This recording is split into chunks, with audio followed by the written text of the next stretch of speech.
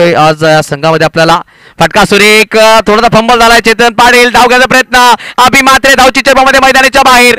आपण सांगतो विकेटवर धावत या सामन्यामध्ये रोहन टू अभय.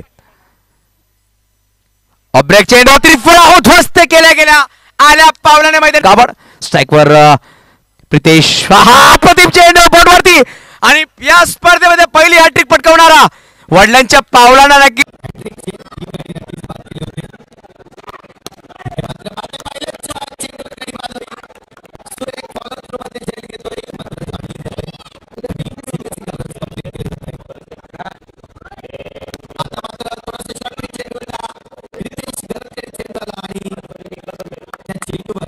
असताना खूप सुंदर क्रिकेट बिरवाडीच्या माध्यमातून राहिलं. यावेळी समोरच्या दिशेने फलंदाज बाद होणार का?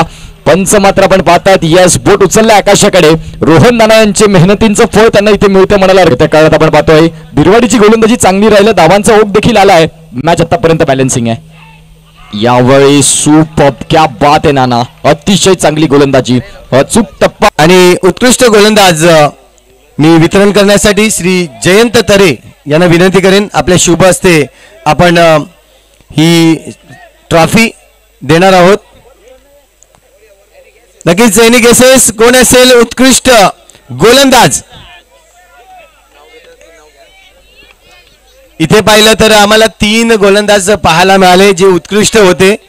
यामध्ये जर पाहिलं तर एक मिस्टर कैवल्य, दुसरा मिस्टर फरदीन आणि तिसरा जर पाहिलं तर सर्वात कमी इकॉनॉमी आणि 6 विकेट्स असं आपण स्क्रीनवर देखील पाहणार आहोत. मिस्टर रोहन गावड ठरतोय या टुर्नामेंटचा बेस्ट उत्कृष्ट गोलंदाज.